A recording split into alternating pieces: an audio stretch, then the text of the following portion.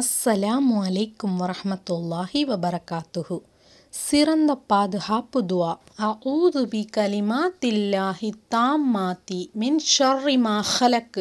அல்லாஹுவின் முழுமையான சொற்களின் மூலம் அவனுடைய படைப்பினங்களின் தீங்கிலிருந்து நான் பாதுகாப்பு கோருகிறேன். இந்த துவா ஓதுவதின் சிறப்பு.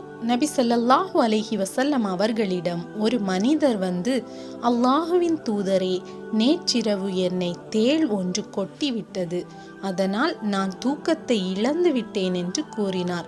அதற்கு நபி ஸல்லல்லாஹு அலைஹி வஸல்லம் அவர்கள், நீ மாலை பொழுதை அடையும் போது அஊது பி கலிமாத்தில்லாஹி தாம்மாத்தி மின் ஷர்ரி மா ஹலக் என்று கூறியிருந்தால் அது உனக்கு தீங்கு இழைத்திருக்காது என்று கூறினார்கள்.